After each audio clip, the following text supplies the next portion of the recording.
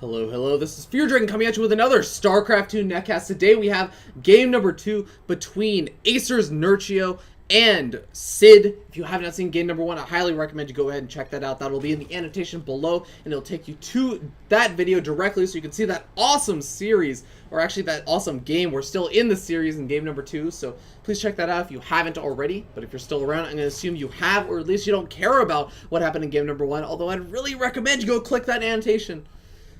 We're going to go ahead and jump in and introduce the players as we spawn up here in the top right-hand corner of Neo Planet S. On top of the red Zerg player representing Team Acer, it is going to be AcerNerchio, the Polish Zerg player, currently up 1-0 in this best-of-3 series, one game away from eliminating his opponent, who is spawning down here in the bottom left-hand corner as the blue Zerg player. Currently teamless, but previously represented Team Extensive before they disbanded in February. Going to be looking to take the series against Nerchio so he can move on to the finals of the EU ZOTAC Cup number 159. It is going to be SyDe. And I can tell you, I mean, especially again against a player like Nerchio, you just saw how fantastic he was playing in that last game, managing to hold off a lot of that aggression. And SyDe, a very good player himself, he's going to be looking for the win. He needs those 2 wins to advance on, and it will mean so much for him, especially as a player that could potentially be looking for a team. You want to get your name out there with those ZOTAC Cups, with those Play Him dailies, and all that kind of stuff. Rest in peace, Play Him daily, I guess. But, you know, this is going to be a very important series for him, so I'm really expecting him to just give it his all, do whatever kind of builds he needs to do, whatever his Ace ZVZ build is, he's probably going to be throwing it out right now. But in the meanwhile, we'll see pretty standard and similar looking openings coming out from both these players, around a 14 or 15 pool. I'm going to be following up with a hatchery from both of them around the same time, so very mirror-esque builds right now coming out of them. And I mean, just talking a little bit about that last game, we saw Nerchio go for such a fast Spire. Oh my god, it was an unbelievably fast Spire play. And you know, normally when you see that kind of Spire play, it's usually the Zerg player will try and hide it a little bit, right? They'll try and hide the lair tech over in their main base. They'll use queens to try and shut down the Overlord scouting. They'll maybe hide the Spire in a bit of an awkward corner. Sometimes at the natural expansion, like in a back corner of it, just to try and be a little bit tricky so that the Zerglings running in won't be able to scout it out. But, I mean, Nerchio felt so unbelievably comfortable just putting it all in plain sight. He didn't care that his opponent could see all of that. So, I'm really curious if he's going to be going for a very similar build in this game. Because, I mean, he clearly felt okay letting SyDe know that that build was going to be a potential thing that he was going to go ahead and do. He let him see all the third and the second through the fourth gas geysers.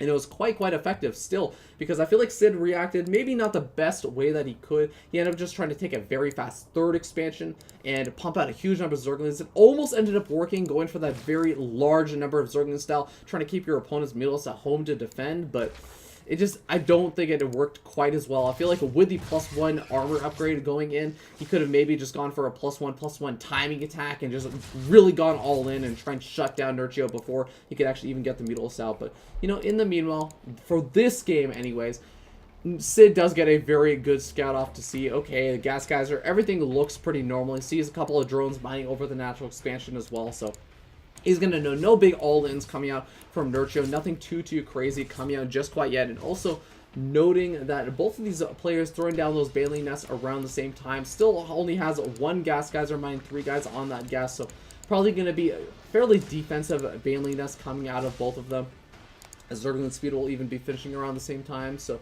I'm curious to see where the first deviation is going to be, and it looks like the first deviation is going to be a Spore Crawler choice from Nerchio, whereas SyDe going for a lot of those Zerglings. Those Zerglings are going to be popping out with speed coming up, but I mean, no real big difference so far, I guess, in terms of Zergling aggression. But here we do end up seeing a very fast lair actually coming out from Nerchio once again, and those third and fourth gas geysers being taken as well. So, I mean, Nerchio opting to go for almost the exact same build. Once again, we'll have to see how well it works out. Will SyDe react any differently this game? It looks like this game he is going to have a lot more Zerglings out on the map much earlier, so will Nerchio respond in time? He did actually end up seeing all those Zerglings moving across the map thanks to this Overlord. He cancels a ton of those gas guys. It looks like he's going to go ahead and try and make a couple of those Banelings, but you have to remember this game, these Zerglings do not have +1 armor. I'm not even sure if there's an evolution chamber out on the map. No, Sid has not actually thrown that down, but he has thrown down second, third, and fourth gas geyser. So it looks like this actually might be a little bit of a fake. I was going to try and follow this up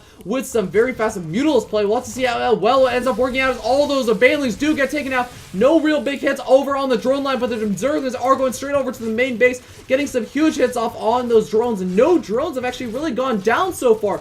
Actually, amazingly, only one drone has been killed so far, so all those drones so low on health. And Nerchio doing a fantastic job just buying time for his Zerglings to be able to get out. And now we end up seeing that no reinforcing waves of Zerglings are going to be coming out for Sid. And actually, all of them do get cleaned up. And we can actually see Sid really was just using it as an opportunity to get out these second, third, and fourth gas geysers over as natural expansion and in his main base.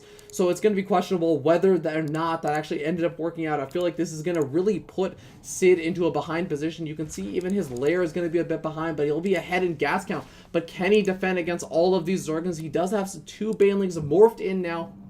And Nerchio going to go ahead and go on the retreat. In the meanwhile, it looked like a couple of Zerglings went over into the main base. Saw, in fact, that the lair was finished up for Nerchio. So Sid knows at least what the position he's in right now. And in the meanwhile, Nerchio going to go in for that Spire, as he does now have those third and fourth gas geysers reestablished. So I'm curious what exactly Sid's response is going to be. It looks like it's going to be a Roach bust, as he does have out that evolution chamber as well as the Roach Warren, and I mean a handful of Zerglings just kind of poking around the map. He has great Overlord spread, but that's going to be actually a liability as soon as those Mutals actually do come out from the Spire. So going to be a very tense situation very, very soon, as you know, those Mutals will end up popping very soon, and a huge swell of those Zerglings that Nerchio did end up producing for the defense are going to be going on the offensive. We'll have to see how good the Baneling hits are for Sid. If Nerchio is not paying attention, you could take a lot of damage.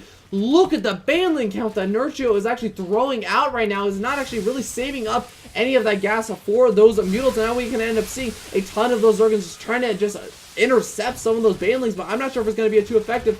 But the Roaches are out. They're going to be able to stick up a ton of those Baneling hits. A nice kind of spread coming out from Sid, avoiding a lot of those Banelings with all of his Zerglings. And I mean, not a whole lot of Zerglings left over, but the Roaches reign supreme.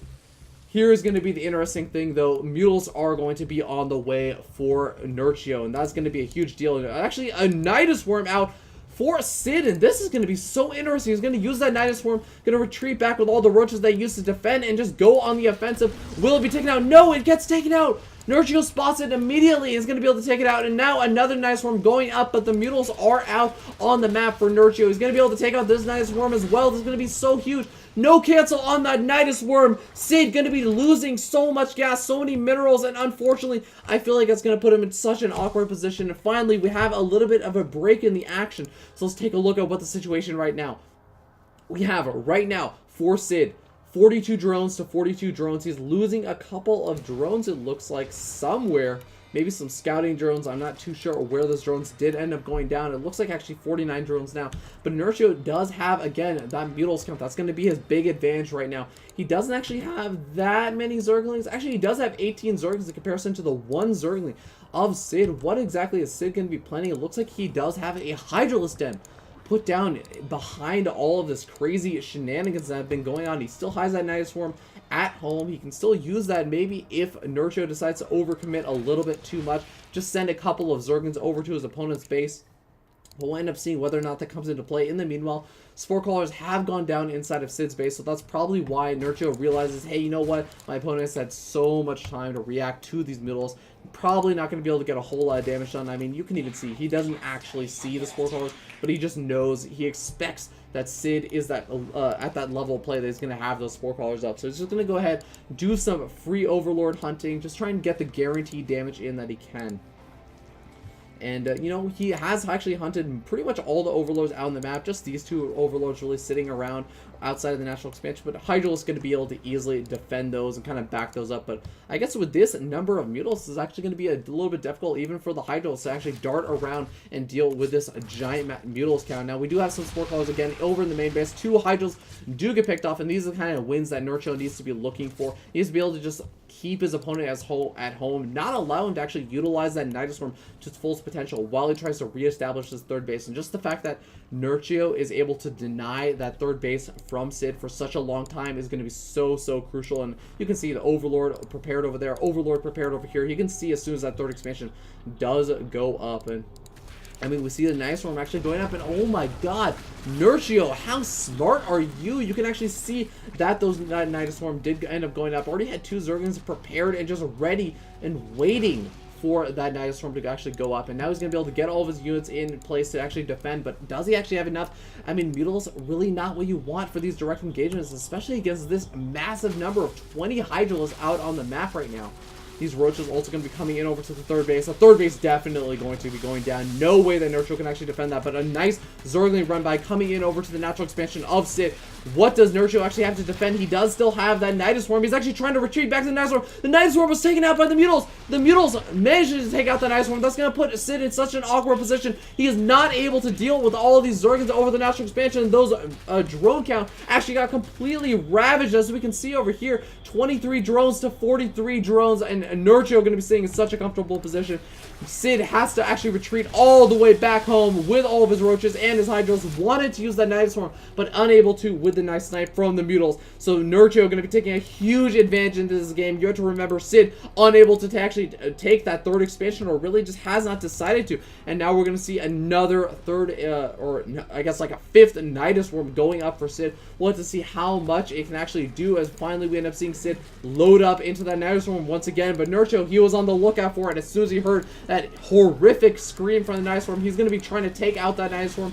Looks like only Roaches are out. He actually has a golden opportunity to try and snipe out that Nidus Swarm, but no, not going to take the chance. There we end up seeing actually the Zerglings going to be going in. A ton of Banelings. GG gets called before the Roaches even take the hits, and Nerchio takes game number 2 in a great fashion with some really fantastic play, sniping off all those Nidus Swarms as soon as they come up. None of them were really able to get the damage that they needed to be actually do, except for this one, which is able to allow him to snipe off that third. But Nerchio able to snipe off that Nidus Swarm and actually able to use his owner counterattack path to snipe off a ton of drones for Sid, and really just take this game in such a convincing fashion. So AcerNerchio takes the series 2-0, advancing on to the finals of EU ZOTAC Cup, number 139, or 159, sorry.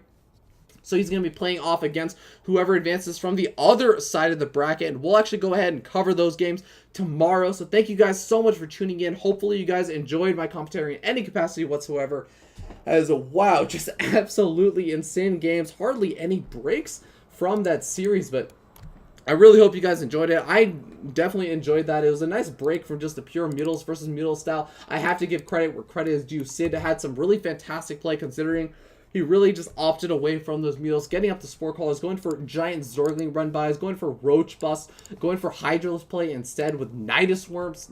Awesome play and really fun to see. Unfortunately, he did not come out on top to AcerNerchio's very fast, I guess, Mutals play with all those Spore Callers. Look at all the Spore Callers on 2 base. But with that being said, thank you guys so much for tuning in. Hopefully you guys enjoyed my commentary again. And if you did, please leave a comment below. Give me any kind of feedback that you have for my commentary. I'm always looking for feedback. Or even just tell me who you want to see win in the finals. We'll end up seeing who's actually playing the other semifinals. But if you want AcerNerchio to win, let me know. If you know anything about Sid or what team he's on, let me know. And of course, if you have any games that you want casted, please send those over to feardragon64@gmail.com.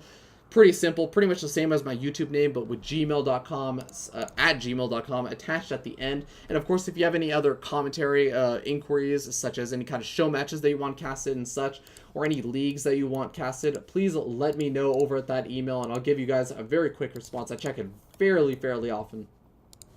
Beyond that, you can go ahead and subscribe to my YouTube channel if you enjoyed my commentary, as well as my Twitch.tv's channel, which is twitch.tv/feardragon64, and also my Twitter account over at twitter.com/feardragon64. You can go ahead and follow me over there. I do tweets whenever I release additional YouTube videos, as well as when I generally tend to go live with any kind of events over at twitch.tv/URgaming, which I do cast for the URTL. Have been slacking a little bit on that just because, you know, I only started getting back into my commentary or commentating just this past week, and I'm kind of settling down, getting my schedule worked out to go back into casting for the URTL, but I will be back, I assure you guys. But beyond that, I think that's pretty much it. So hopefully you guys tune in for the next series of the semifinals. I believe it's going to be Minato, since he did actually end up winning in the other quarter, or in the octo finals. I'm going to be facing off against whoever the other player is. I'll let you guys know about that tomorrow. With that being said, thank you guys so much for tuning in, and I will see you guys next time.